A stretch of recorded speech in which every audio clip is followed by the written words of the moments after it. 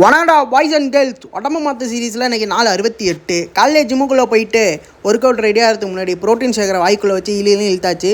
நமக்கு protein source கம்மியாக இருக்க காரணத்தினால அதுக்கப்புறம் வார ரொட்டீன் பற்றி இன்றைக்கி 2 ஒர்க் அவுட் நண்பர்களே. வேறு ஒன்றும் இல்லை, ஷோல்டரும் லெக்கும். ஃபஸ்ட்டு லெக்கை போட்டுக்கிட்டேன். லெக்குக்கு ஒரு 3 ஒர்க் அவுட்டு, அதுக்கப்புறம் ஷோல்டருக்கு ஒரு 3 ஒர்க் அவுட் தான் நண்பர்களே.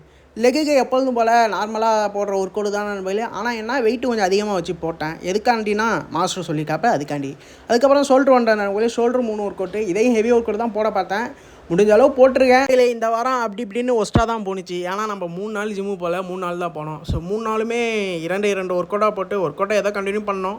அதுக்கப்புறம் ஜிம்மை விட்டு வெளில வந்த நண்பர்களே, வாத்தியார் நம்ம நாய்க்குட்டியை வச்சு ஜல்லமாக கொஞ்சம் இருந்தார். திடீர்னு பெட்டில் வர மாறின தரணும். அதை முடிச்சுட்டு ரூமுக்கு வந்தால் நம்ம பசங்க பச்சை வீட்டில் அலைகிறாங்க பார்க்குறீங்களா, முருகனுக்கு மாலை போட்டுருக்காங்களாம்.